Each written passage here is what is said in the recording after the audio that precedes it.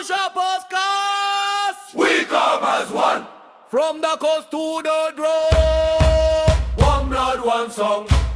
And the end we rise. Garifuna's tongue. Hagucha Podcast. Hagucha Podcast. Hagucha Podcast. Hagucha Podcast. How's everybody doing? This be your boy Big Kev, straight from the Hagucha Records camp. And I have yet the honor to be with another wicked Garifuna producer, artist, engineer, director, the whole nine. And it just so happened that we happen to be family, so you already know it runs in the blood. You feel me? Tony Kross, my bro, man. Another bad man. Tony Valerio, Tony Kross, aka si tiene otro aka primo ahí me. Hay muchos, man. Hey, Cuzzo, thank you for having me. You know, thank you for considering me for this interview, man. I appreciate it, man. You a bad producer, you know, yourself, and much love, primo. You know, watched you doing your thing, so. Nah, I want to thank you. I want to thank you for even accepting, bro. And another thing is, I'm going straight up to people that I also admire musically. You know what I mean? Because I really want to know your story. Not only that, but I also feel like it's going to help the younger generation to get a little more in tune and also understand that it's not an easy road for everybody. We all have our stories. And we have our way from going from point A to point B, right? Everybody in their own different, unique way. Absolutely. Yes, sir. So, all right, we're going to start off with this whole thing right now. Let's do it. All right, number one, bro, I always start off with this. What made you fall in love with Garifuna music? When and where was this? Oh, man. I fell in love with Garifuna music instantly, bro. You know, my father, you know, being a musician. Okay. You know, we can't just say that lightly. Who is this man? Who's this producer, musician, the artist, the whole nine? Who is this person? Yeah, my father, his name is Willie Man, from Tonave. He was the guitarist for the late great Mando Ballesteros, rest his soul, you know, rest in peace. Sure. So yeah, my father was the guitarist for him. You know, he also I guess helped out for Caligar Band. Mm-hmm. Well, he was the director for Black Fever in the 90s. In the 90s, okay. Yeah, man. So, you know, my dad did a lot, and, you know, just being around them. Questions I'm going to just wait to ask him, because I know there's things I want to know, like, before he even came out here to the States. Yeah, because I hear you, though. Yeah, being around my pops, man, it's just like music everywhere. So I fell in love with it instantly, man. And cuz you was born what year? 93. Golly. Oh, yo, bro, my brother Bito was born that same year. Oh, what? Okay, 93. Yeah. So basically, cuz you was born into it. Yeah, practically, man. Wow. You know, just Mando Ballesteros coming to the crib, and, you know. Oh, you saw it. Rehearsing. Yeah, my tío Piche used to live down the block. Piche was the Mando Ballesteros brother and drummer. So, okay. You know, it was just like, it was everywhere, man. Who else did you get to witness practicing at your spot, Cuzzo? Because I remember I heard it wasn't only them, right? It was a couple other people also. Well, I'm talking about in the 90s when I was like a kid. Like, okay, wow. Even Jimmy Salsa used to pull up to the crib. You know what I'm saying? I heard. Like, just to, you know, talk with my pops and stuff. I know my pops told me that we family as well. But, oh, wow. Jimmy Salsa used to come through. My father used to also teach musicians like Mauro. Remember Mauro, right? Caligard. Yeah, my father taught Mauro from scratch, bro. Wow. So this is before he went to Caligard, basically. Yeah, exactly. Oh, yeah, my pops, man, you know, he's the master, man. Yo, cuz, so you was born into this whole situation, so it was like kind of no way out. It was right in your face, right? Right in my face. So now, when do you start acknowledging bands performing in front of you, and what pulled you into even, because I know you were seeing these people come to your crib, but I'm talking Right. about outside of your crib, like who you saw at a park or at a party that just bugged you out, or like on some, I have to do this. I'm not even gonna lie, cuzzo. I want to say. So my mom used to bring me out. Like my father worked a lot, right, in the ship. So my mom used to bring me out to the coronaciones, and I used to participate in the coronaciones too. Okay. So the first band I saw in person that I could remember, bro, I want to say Caligard, bro. Caligard, all right. Caligard, that generation when Gifty started and Jimmy Salsa was helping them out and stuff like that. You're right. That was like, from what I can remember, was the first actual. No, I'm lying. Okay. I'm lying.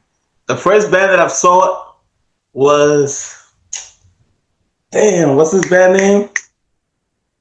Fuerza Garifuna. Oh, so this was in Hundu? In Hundu. Ooh. Yes, that was the first band I saw. Ooh. Fuerza Garifuna. Yes, sir. And you are approximately what age at this time? Well, I'm probably like 6. Oh, man. It was a kermesse in Bahamar, bro. Kermesse at Bahamar, all right. It was like probably like 90s, 98 somewhere. Wow. Yeah, bro. Yeah. So you go to the party, peep them live. Yep. I didn't even know who they were, bro. I just know I was there. Like I was there. The party was jumping. Like the band was, I was just there. I know I was there. Okay. So do you talk to your father about this experience after, or do you just wrote it out?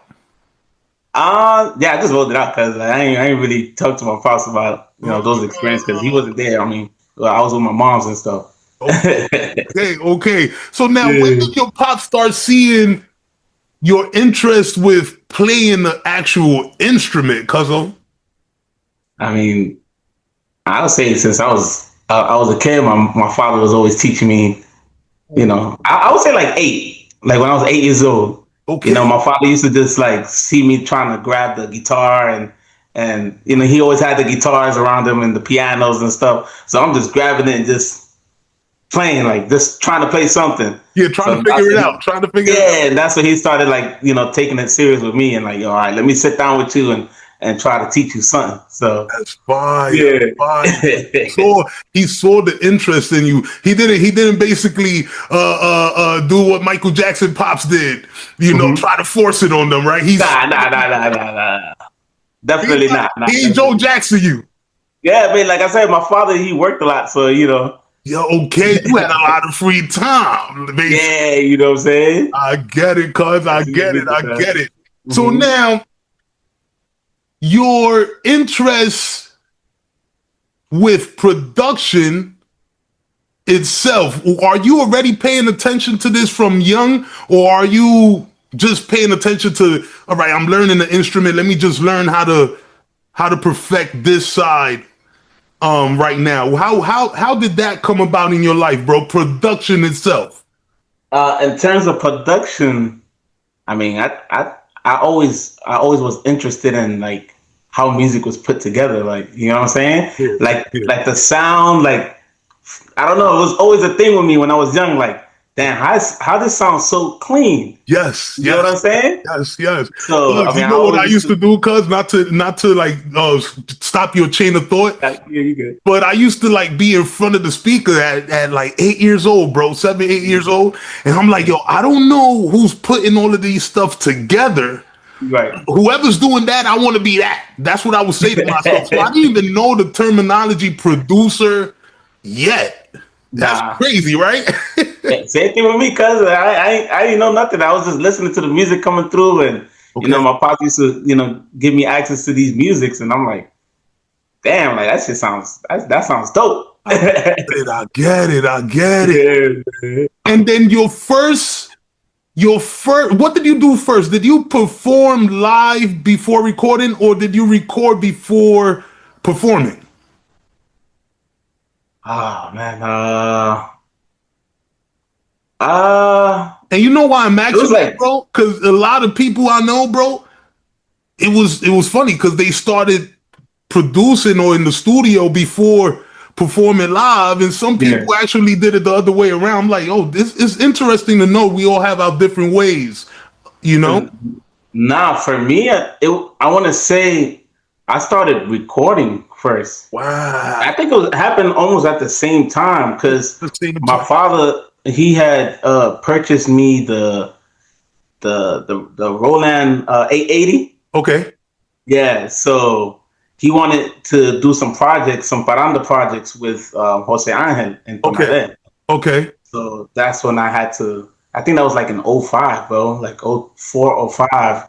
Yeah, so I had to learn how to record in that machine, how to get Jose Angel and the beat and the piano recorded on that machine, so that we can, record it and transfer it. And he handed it off to not Belito, I'm sorry, Liso. So now let's stay right there. Hold up. Yeah. Who's teaching you that?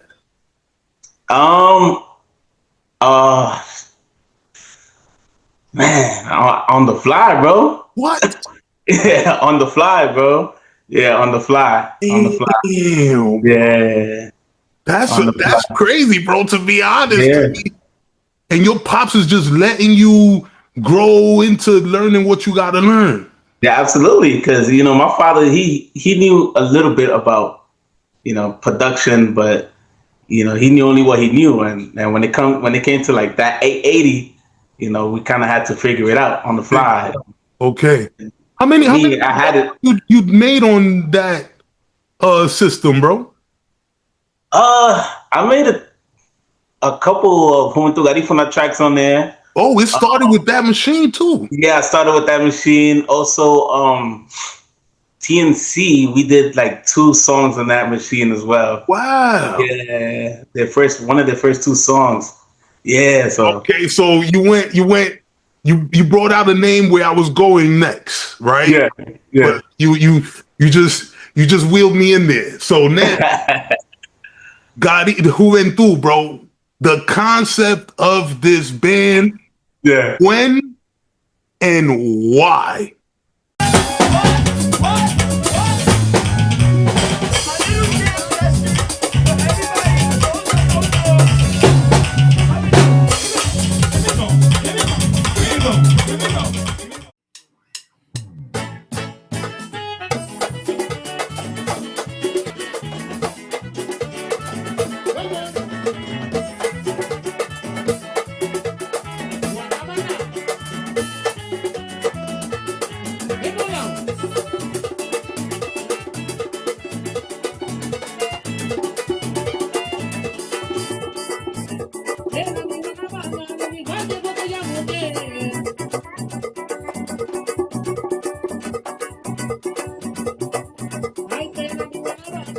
Damn.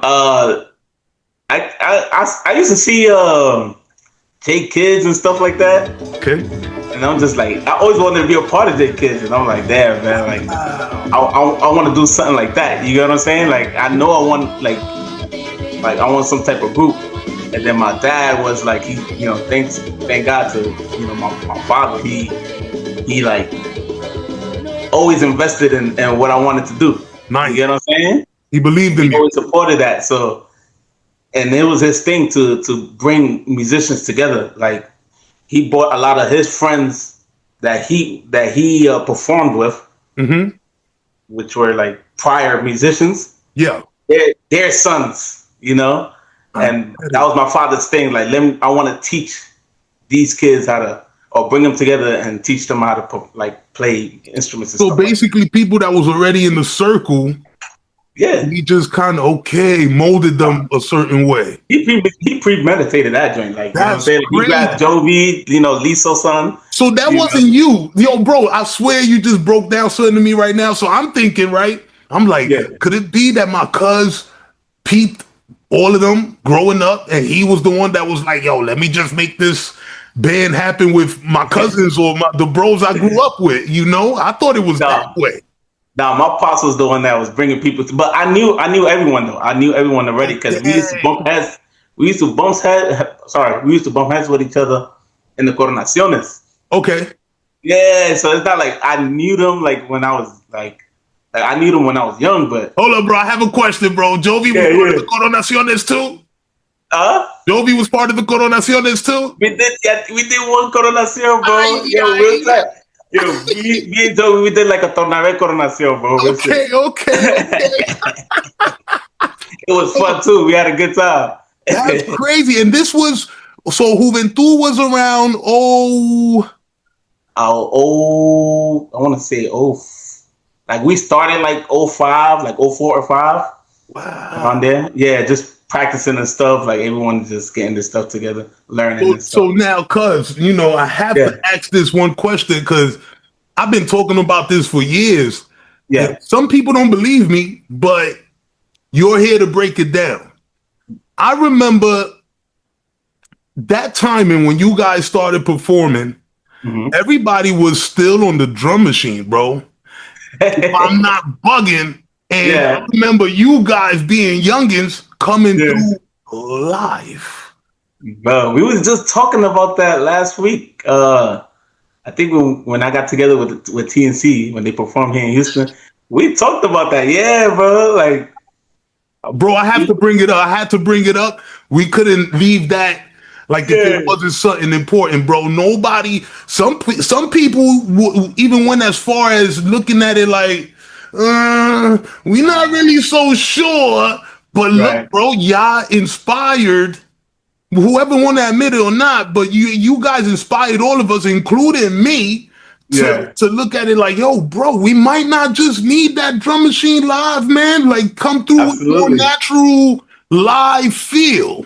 That's the way my dad wanted it, man. He wanted that live feel, and he didn't want he wasn't really too much of a fan of the drum. Well, he was a fan of the drum machine, but he wanted that live feel.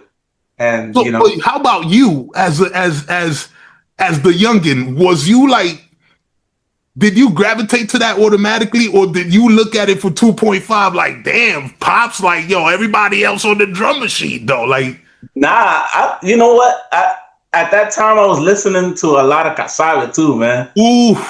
I started listening to Cassava and stuff like that, Superstars. Like, I became more aware of back home the music back home. And I started realizing, man, that kick is sweet, man. Like, it's just sweet. You got that feel, you know what I'm saying? So you're not following the machine. Do it. Huh? You're not following the machine, basically. You get that feel. It's all feel, man. Reggae, calypso, everything. So I was like, let's go for it, man. And that's the way it happened. So I remember the first performance we had, and we played with that kick. It was an Easter party in Templo. Okay. Templo. I can remember that day. Wow. Bro, and it was Harvey, right? Harvey. Yes. Oh, I remember. Yo, bro, tenía potencia ese man ese tiempo. Hey, bro, we tried a lot of people, man.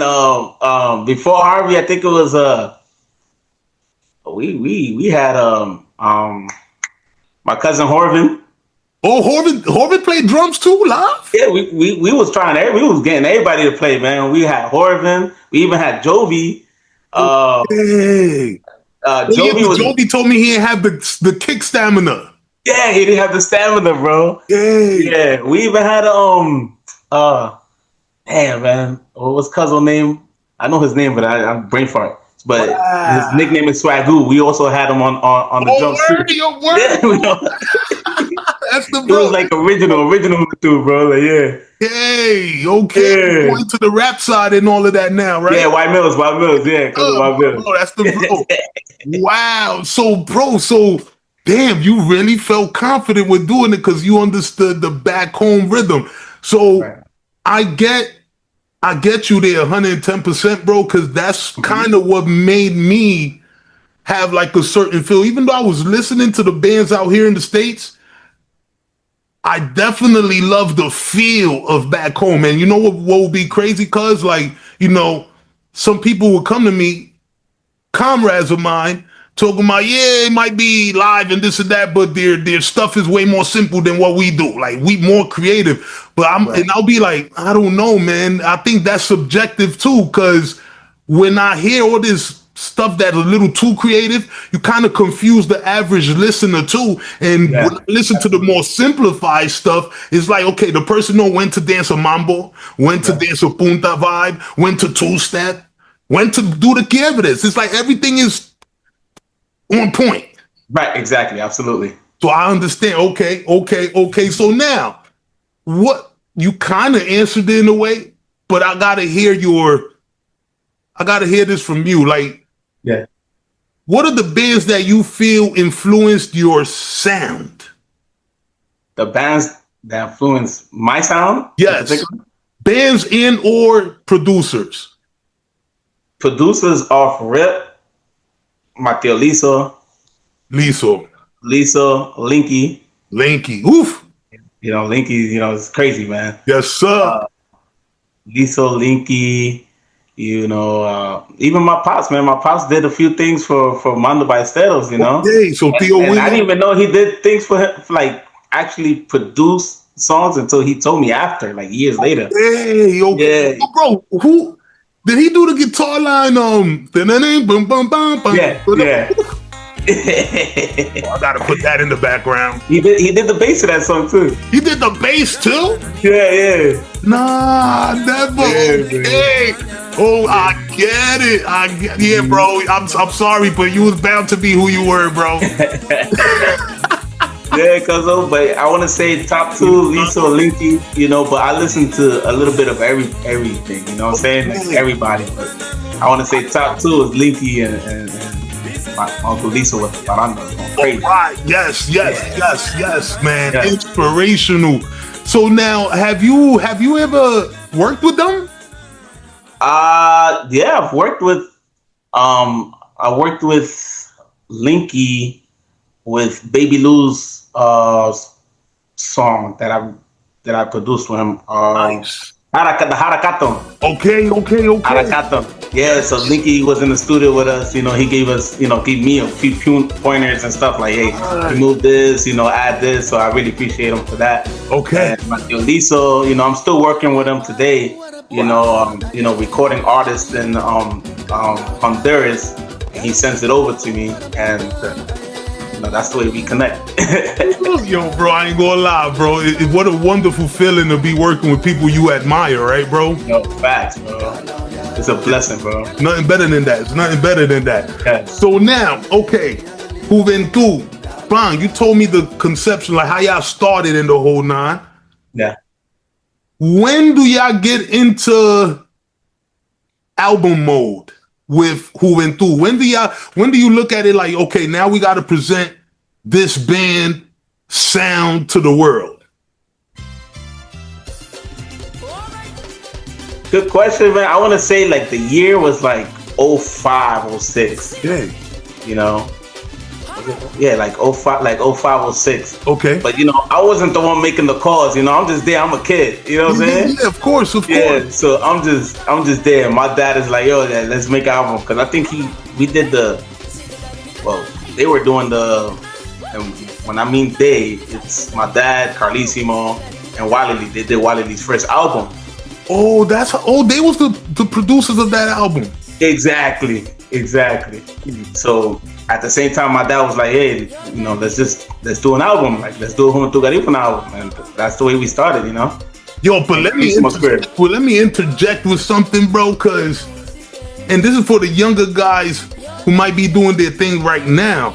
Yeah. But the way I met my cousin was through him, me and him getting in contact, and him coming to my crib when he was. How old were you, cuz? When I went to your crib? Yeah. Damn, I got bad memories, son. Younger, bro. Listen, guys, I was young though. I'm saying I would say like 13. Right. Okay. That's a fact. And I'm saying that to say this, man. Like that showed a level of hunger, bro, from all of us that I kind of don't see the same now. Sometimes, no disrespect to the newcomers, but things that we used to do back then just to find a way to make a sound or even work together to even create. All of us was learning. None of us was, pros at all, but we all knew, one hand washes the other. We gonna figure it out one way or another, Exactly. That's crazy, bro. I had to say that because I remember that, bro. Yeah. I always tell you the story. Well, first of all, shout out to Mo, right? Shout out to Mo. Mo was the one that told us about you. Yeah. Like, yo, I got a cousin that he has a studio. We was trying to figure out how to put music into a CD, bro. Yeah. I didn't know how to do that yet. Still learning, yeah. I didn't know there was a such thing as Pro Tools and shit like that. You know, I was recording on the 880. On the 880. You know what I'm saying? And putting things into a cassette. Yes.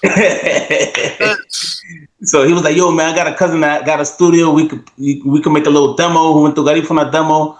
He's charging us this much. And I'm not even gonna say the amount, but we were young. We didn't have no like jobs and stuff. And y'all made it like, yeah, today is like that's nothing, right? At all. But y'all made it happen, bro. And then on top of that, Angel come through with some bruise on the side. I'm like, hey, as soon as I think God, you ain't get got with the cops, bro.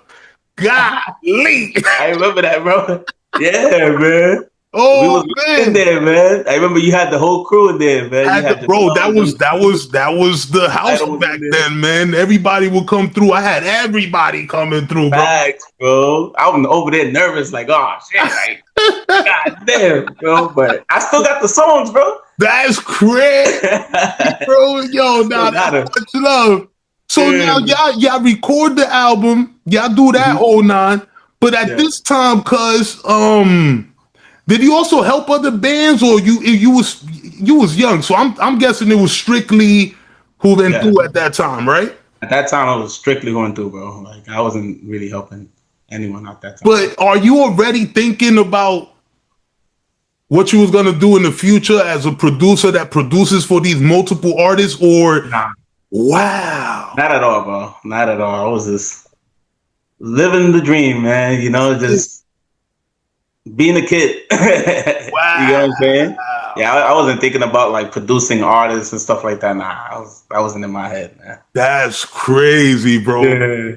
That's something. See, that's where I say I guess I was a weirdo, bro. Because me by like 10, 11, bro, my mind kind of like I didn't know how to pinpoint it, but I was like, yo, I want to record different people. Like I want to start a sound, and I didn't know how to go about it, but my mind was kind of telling me like, go this way. You feel me? Exactly. But your thing was more the production side, the live side, and making sure you guys sounded tight as a team, as a unit. That's what I was more interested in, like actual sound engineering, like, you know what I'm saying? I was about to on the mixer. Yes. You know, how to make this microphone sound clear. You know how to balance the high speakers from the low speakers. Oh, you need a crossover. Oh, you need an EQ. How you connect this? How you connect that? That's what I was like when I was a kid. That was like I was going crazy on that. See, right? So, bro, that's what me and you reversed. Bro, I swear I didn't care about that. Oh, snap. That Tom used to look at Jimmy and all these guys like, nah, y'all handle that. Yeah. So you was into that. The sound. Okay, so that means engineering, bro, was kind of already lingering. Yeah, it was there, man. Like I said, I was listening to music and trying to see how things sound clear. You know what I'm saying? I get it. So now, after all of this happens, where did you start making records for yourself solo, or did you go straight into recording for other people after like Juventud, after you guys got older and shit like that, right? Because would you say that y'all dismantled, or would you just say that y'all kind of just grew apart? Yeah, I mean, everyone, like any other band, everyone had their own ideas, and you know, everyone went different ways, and you know, respectfully, that is cool. You know, that's the way it is, and we all still cool. You know, we still love each other like we brothers and stuff. Yes, you know, but that's the way it is. We grow apart, man. So that's I don't want to say grow apart, but I just want to say everyone. Yeah. Musically, it gets to that level. Musically, brothers. Exactly. So right after that, do you go straight into I'm gonna start making my records? Like, Because the reason I'm asking that is because I could have sworn I heard some of your records. Like, was you doing a couple of solo joints before you recorded with these other guys, or did you just go straight into that after the band stopped? Like I was always recording like my own music, you know what I'm saying, on the side, yeah. Because since young, I used to like write and compose my own music. You know what I'm saying? So you had Juventud stuff, and you had your own stuff going. Yeah, exactly. I get it. Exactly. So I was just for fun, with kids, just making records, man. But not taking it serious where I want to like release them and stuff like that. I just like record it for myself. That's the way it was. That's beautiful though, bro. That's beautiful. Okay. So you start recording. So now I got to go into this phase. Yeah. When do you start recording for the people outside? When did this whole Emmy and all these people stuff start coming through? Because, bro, I swear, when I started hearing that, I'm like, what? That's my cousin, bro, doing all of that? Nah, he killing it. Yeah. Shout out to Mo, man. Mo is like the kingpin for all this idea that me recording other artists. Word? So when it came to the first compilation that we did was Orgullo Bahamar. Mm-hmm. Mo was the one, that was his idea.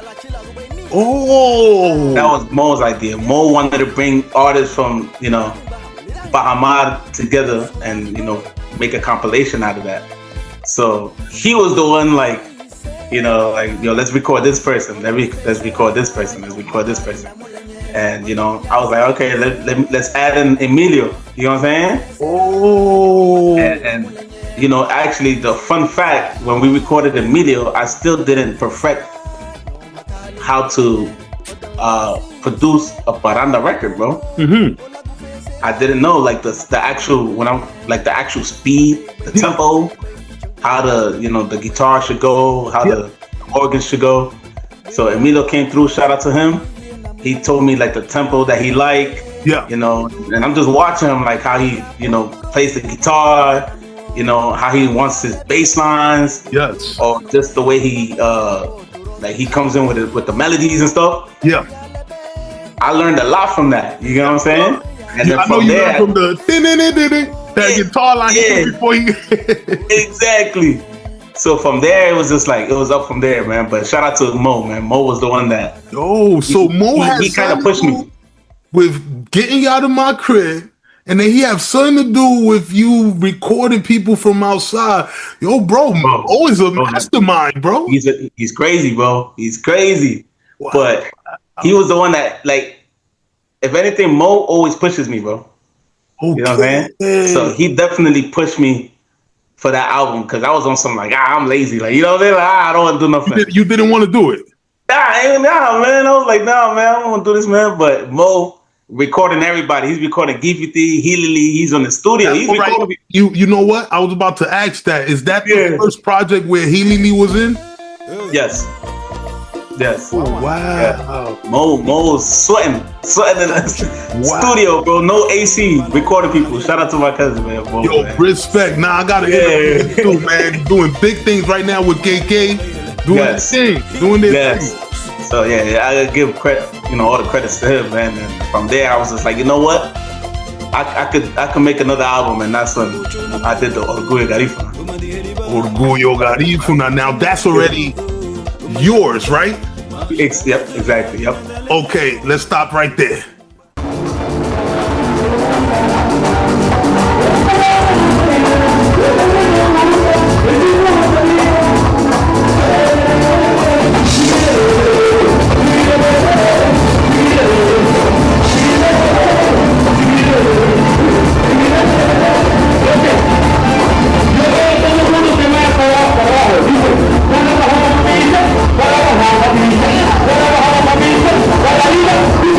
Para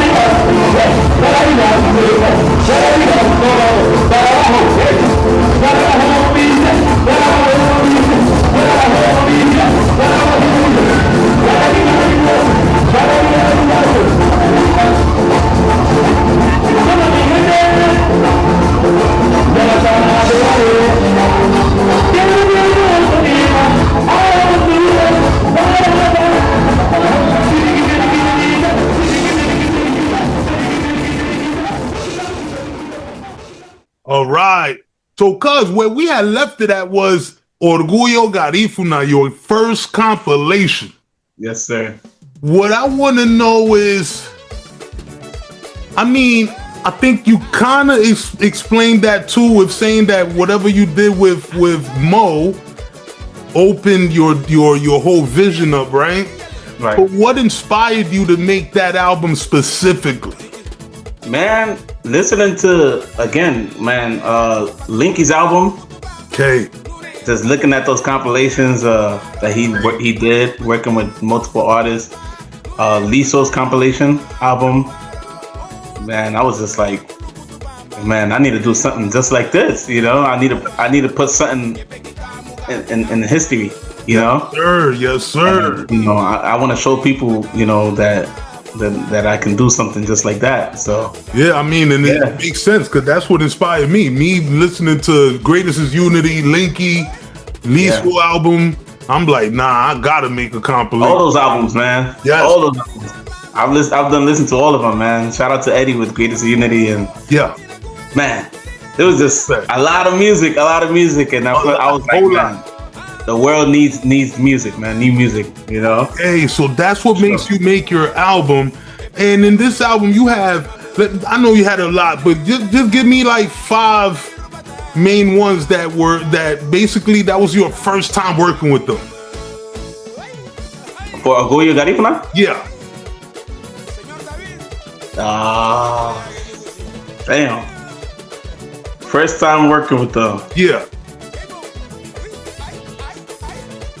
I think I worked with everybody. It wasn't my first time. No, it wasn't my first time. So by the time you made your compilation, you had already kind of worked with these people already. Yeah, absolutely. Who was there? You had Emilio. I had Emilio. I had Mike. I had Day. Okay. I had my cousin Odalis. I had Hilili. All right. Dennis D. Kronk. Okay. Yeah, all right. You know, I had a few people on there, man. So you reached out to people that you already had a connection with and just put them in the project. Makes sense. Odalis, man, I think she's like kind of slept on, bro. She's OD slept on, man. I always told her, man, she should have been like the next. But what is it? She don't. You as a producer, what do you see? Like she don't care about it, or it's just like her natural gift, and it's like it is what it is. I don't want to say she don't care about it, but I think people just don't want to accept something new, man. Okay. You know, I get it. We made the music, but people just they're not tuned in. That makes sense. And your compilation comes out when, cuz? Primo, ahí me lo pusiste, pa. Contar que no sea como June, dejémoslo ahí, I'm sorry, June, I'm sorry. Nah, I want to say like damn, bro, like 2020. Okay, 2020. Damn, that's the year I moved out here. God. Yeah. Okay. Yeah, it had to be around that time, bro. And you have 2 compilations, right? I have one. I thought you had 2. Orgullo de Bahaman was the one that I did with Mo. Yes. Orgullo de Garifuna was the first one I did with myself. I get it.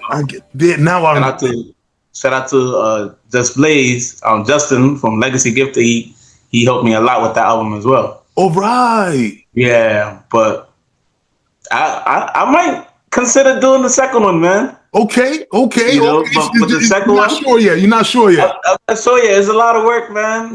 But for the second one, I would definitely want to work with people that I haven't worked with before. You know what I'm saying? Okay. So now your compilation drops. What makes my cousin go into solo artist mode, though? I know you told me you were making your song for back then, but then it seemed like you took it super serious at a time, videos and all, right? Yeah, absolutely. And you bring in another color. Let's just put that there too. Like it don't sound like what you did with Juventud per se. Like you could tell your growth. Yeah. Okay. I mean, if you listen to the second Juventud album, you can kind of see like where I was going, right? Going with my music, exactly. So now, oh shit! So you said second Juventud album. So hold up, let's go back. Yeah. Well, I thought it was only one Juventud album. So it was two.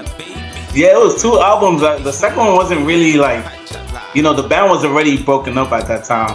So it was just like, it was just like music that I had that I just wanted to put out there. Okay. You know what I'm saying? Okay. So technically, if I wanted to consider myself a soloist, that probably would have been like one of my first albums. That would have been the first one.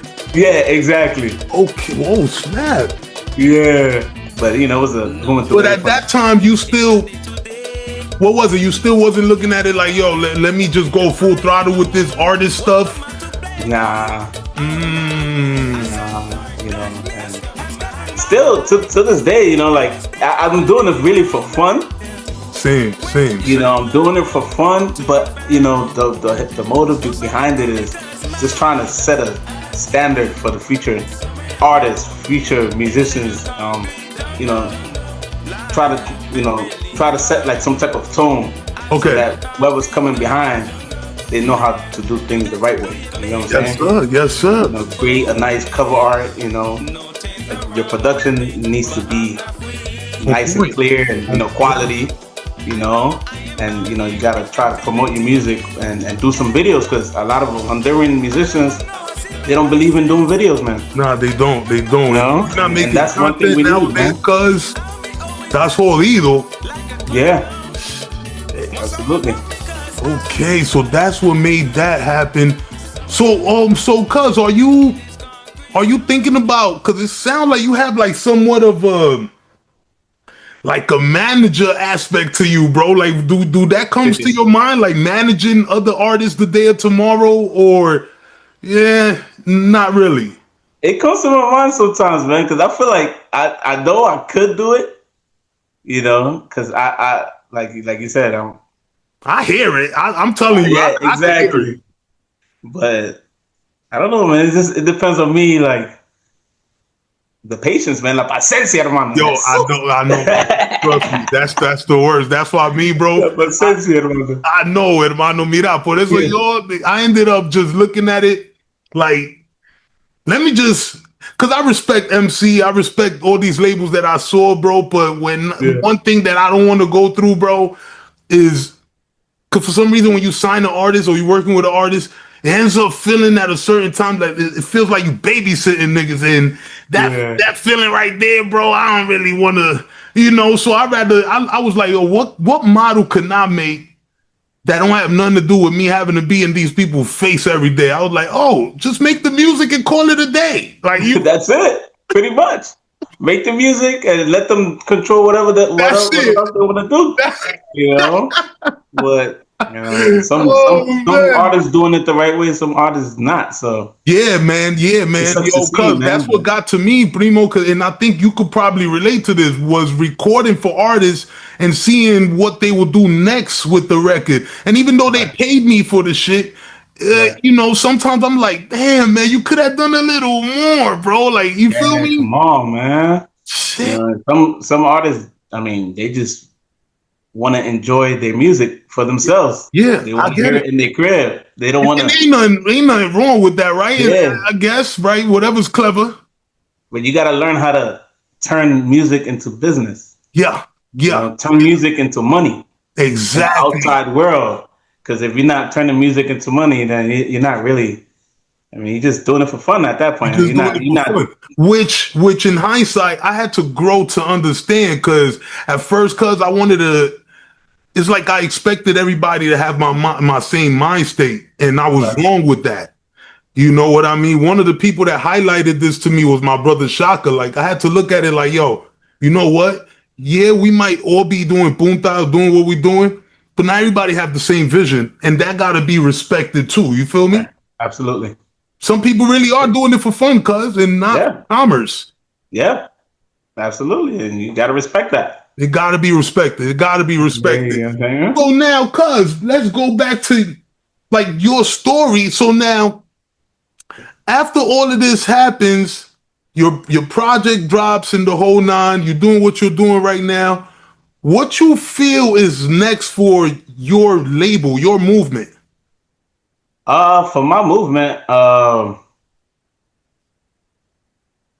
kind of looking at what Big June was kind of simulating, you know, just helping artists, you know, that unfortunately don't have it to pay the producer. Okay. You know, how can we? I would like to record artists, you know, albums, EPs, and stuff like that, and you know, and release it to the world, you know. I mean, it's basically what I ended up doing. That's my mentor. He was one of the people that kind of made me go towards that line. Also, I cannot sit here and say that I did this all on my own. I had some great people that kind of inspired me to go towards a certain lane. So I get what you mean, because not everybody got the funds, but if we have the talent to connect with them, why not, right? Right. It's just finding that middle ground, you know, business-wise. How can everybody get paid, you know, la, la, la. Yeah. You know, but I always tell musicians, artists, listen, man, I help you, and you get a hit, you about to start getting called. Yeah. You about to start signing these contracts. Yes. That bread is gonna go to you. So now we turn the music into money. Yes. And that money goes to you. So you know, everyone helps each other. That's it. That's it. That's it. You know? That's it. So, Like that. what's your? I asked Linky this, and I definitely asked Vilito. I know it's a hard question to answer because you know we love our productions, but what do you feel is your? You have way more to record, so let's put that out there. But so far, what is your top 5 records you've produced? Top 5 records that I've produced. I'll have to go. Well, one of them right now, Mamadi's records that I did, like Naguera Hamuga. Okay, Mamadi. That one. Emilio Nunez, the one that leaked.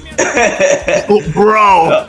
Bro, Cuzzo, leaked. The one that leaked. Me and you know what that means. But that one, man, that was one of my favorite records, even though we didn't finish it, man. But you know, I still plan to finish it. But that title was the title of that record. Damn, I don't think it had a title, man. Damn. It was named. The file name was literally acapella. What? But I think he changed the name after, like, you know. That's the Tony Kross. Exactly. Oh man. Okay, so you got two. Right. Hilary Ramos stuff too, man. Meha Magabu. Okay, Meha Magabu. All right. Yeah. Besitos. Yo, cuz, hold up. You got some bangers there. Okay. 4, you said Besitos. Besitos no, man, I got a lot with Besitos. Beba was one of my favorites though. Beba. Yeah. Wow, that's you too? Yeah. Oof. That one. Buenísimo. And the last one, El Quinto. Yeah, there's a lot, man. Keno Solano, Biona. Oh wow, that's you. Man. Yeah, that's Oof. Wow, nah, cuz that's no Diddy, but that's a hard 5 right there. All them bangers. All them is bangers. Appreciate it, man. Respect, cuz nah, listen, bro, I gotta tell you something from my side, bro. Like, I want to thank you for being part of the movement and being one of those people who are taking part with keeping the culture alive, bro. At the end of the day, when we look at ourselves in the mirror, you know, I could talk for myself. I'm not looking at just Kevin or Big Kev. I'm looking at a Garifuna the same way with you, right? Absolutely. So whatever we're doing is a representation of our culture directly. And I just want to thank you, cuz, for still being here, bro, and doing what you're doing with the community, and it don't look like you budging for nothing. You know what I mean? And yeah, bro, from the bottom of my heart, bro, like, let's keep on doing this, man. Like, we all we got at the end of the day, bro. Absolutely. We all we got, man, and I appreciate you for, you know, still doing your thing, you know, You got way more years on top of me, bro, but you still here, you know? Bro. I be locked into what you be doing, you know, and respect. Like, I love what you're doing, trying to connect all the Garifunas, like the countries. Yes. Together. Yes, bro. And just try to make it one, you know? Trying to make it one. You know why? Cause at the end of the day, bro, I looked at it like this. As a producer, bro, I'm looking at my analytics, right? And I think if anybody could understand it, it's probably you. I'm gonna give you an example. I record a record with Sheriff, and then I look at my numbers, look great, yes, of course. But when I look at the majority of people that's playing his record, guess what country it is? Honduras. Yeah. Then I record with Saucier, numbers looking good, but then the majority of the people that's playing his shit is Guatemala. Yeah. Then I record with Reckless, and then the majority is Belize. Then I record with Jesse, and the majority is USA, New York to be exact. So I'm like, yo, something is wrong here. Yeah. You feel me? And that's why your cousin, bro, that's why I went towards trying to see how to connect the countries per se. To really, because bro, every genre, bro, one thing that Sony told me is this: before anything becomes international, it has to become national. Yeah. It just so happened that we don't have a country; we have multiple countries, right? Yeah. So that means that with Garifuna people, I would say that national for us would be the main countries that have the biggest population of our people. Right. You know, and it's a hard battle, bro. I'm making this podcast as one of the ways to kind of help out with making us look at each other as one. We're the closest, we as producers are the closest to showing that we are one people, bro. I'll tell you that. Absolutely. But now we got to bring it to the world. Right.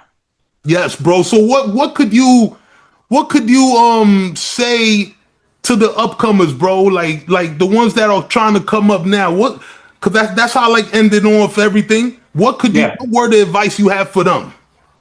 For the upcomers, man, number one, stay in school. That's, man, I was in music, freelancing with Sheriff, going to California, all type of states. But when I couldn't go, it was because I was in school. Oof. You know, I had to sacrifice school for music, and it was worth it. I say that. It was definitely worth it. It was worth it. I say stay in school, stay disciplined, you know, and stay humble. Don't think because you're really good at one thing, you know, that you can't learn more. Oof. You know? Wow, that's beautiful. Be teachable. Be teachable. Teachable. And just just stay disciplined and really study your craft. Oof. You know, I see a lot of guys like something small like bass players playing sitting down with no strap. Yeah. Right. Come on, we need to do better. Like, you know, we need to take the craft seriously, you know? Yes, sir. Yes, sir. Yes, sir. It's part of, you know, disciplinary and taking things seriously. So I get that. I love that, bro. And that's how it should be. There's no other way. And then I have to add something, bro, because I was looking at it before doing this interview with you, and the fact that, yo, bro, mostly everybody from Juventud have some parts with whatever's keeping the culture alive too. Right. Absolutely. Yeah, that's crazy. You got Mo, you got G Famous, man. Otro Loco. Well, I'm gonna do him soon, so he's in my list. Shout out to Cuz, man. We got a single too. Me and G Famous. Okay. It's called Get Ready. So yeah. Is that coming soon or that's? Oh, it came out years ago. All right. So this is one of the catalogs. Yeah, exactly. So yeah, G Famous. You got Jovi, man. Jovi's still making badass records. Kill it. You know, that guy is. Está loco, otro loco. Calypso's. You got King Dave, man. King Dave out there, you know, Burgundy Studios. Yes. Was his brother also with y'all, or he was just around? Yeah, he was with us too. You know, he was doing the Lover Boy, right? Yeah, Lover Boy Joel. He played the cowbell and stuff, but he was more talented than we knew. He was so quiet. He didn't He hit it. We didn't know he could sing. We didn't know he could sing and stuff like that. I'm just like, when I started hearing him sing, I'm like, what? Yo, bro, another one. Engineering wise, Yeah. be focused, bro. Yeah, we got a song together too. I got to promote it right here. We got a song together. Fire. Yeah, we got a reggae. Tune into that. Woo! And I saw you also promoting a new record, cuz asking people what was good with that, though. I heard it. Absolutely. Yeah, it's a record, it's a record. The Punta record is called Party Tonight. It's actually going to release August 13th. Okay. Justin Fernandez, Just Blaze from Legacy Gifted, he was the one that produced that track. Actually, he sent me that track we did that track like more than 5 years ago, cuz. What? Yeah. It don't sound like it. I'll tell you that much. It's been in a hard drive, man, just sitting there. Yeah. So I'll tell you, I've been making music I've been making my own music for quite some time. So are you making the EP album or you just releasing singles? So I'm just gonna release this last single and I'm gonna drop an album. Why? I'm gonna drop an album, a solo album. I have a few artists on there, so yeah. Man, let's get it. It'll be nice. I can't wait to hear that, cuz I'm gonna say this again, man. You're one of the greats, cuzzo. No solo porque sos familia, te lo estoy diciendo de corazón, bro. Whenever your ears probably be ringing, man, because whenever people ask me about great producers, bro, I want you to know your name is one of the ones that pop up, bro. Appreciate it, cuz. Yeah, man. We're doing a lot with keeping this alive. The Kelvins, which is another person I'm gonna interview soon. Bro, I mean, I go to Honduras, Guatemala, and Belize, and I'm peeping. I'm like, whose recordings are they listening to? And when I saw, bro, it's like specific people. It's not, you know what I mean? Yeah. It's not a lot, but the specific ones that are doing what they're doing, bro, we're carrying the hell out of the culture, bro. Junie Mar, another. Junie Mar. Oh my God, bad man.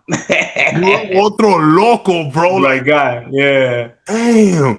So, bro, how we gonna end this? I want to know.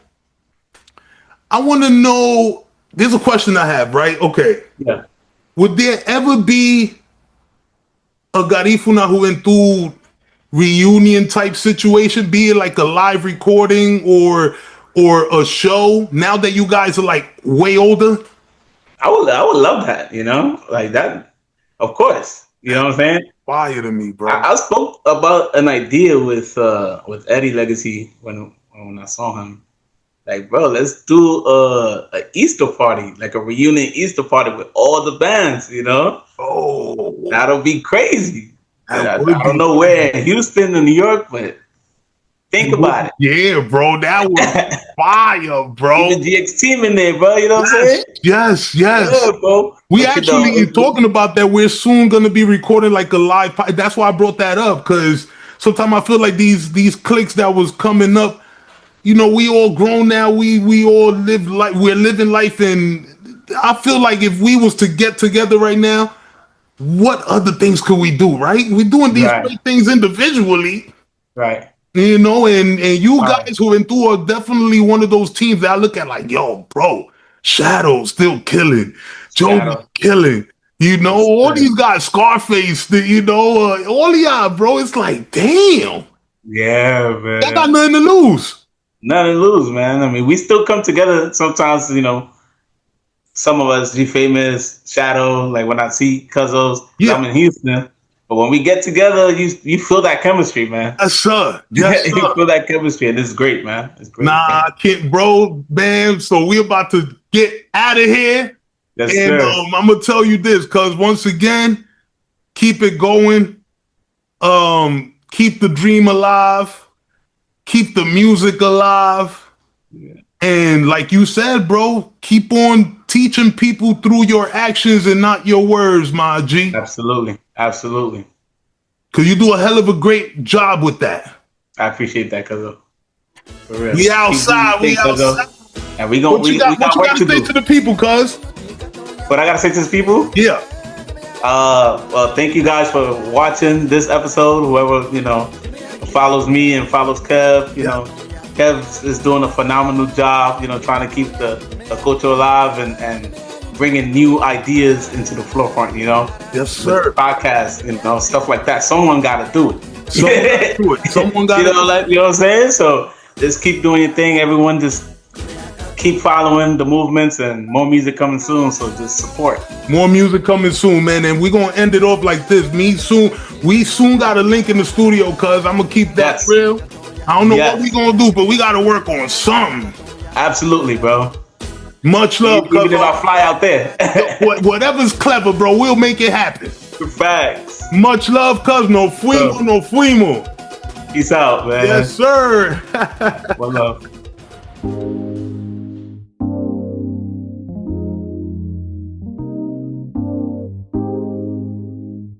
Yeah.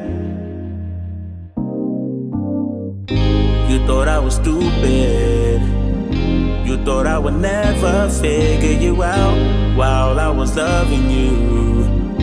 You was loving someone else.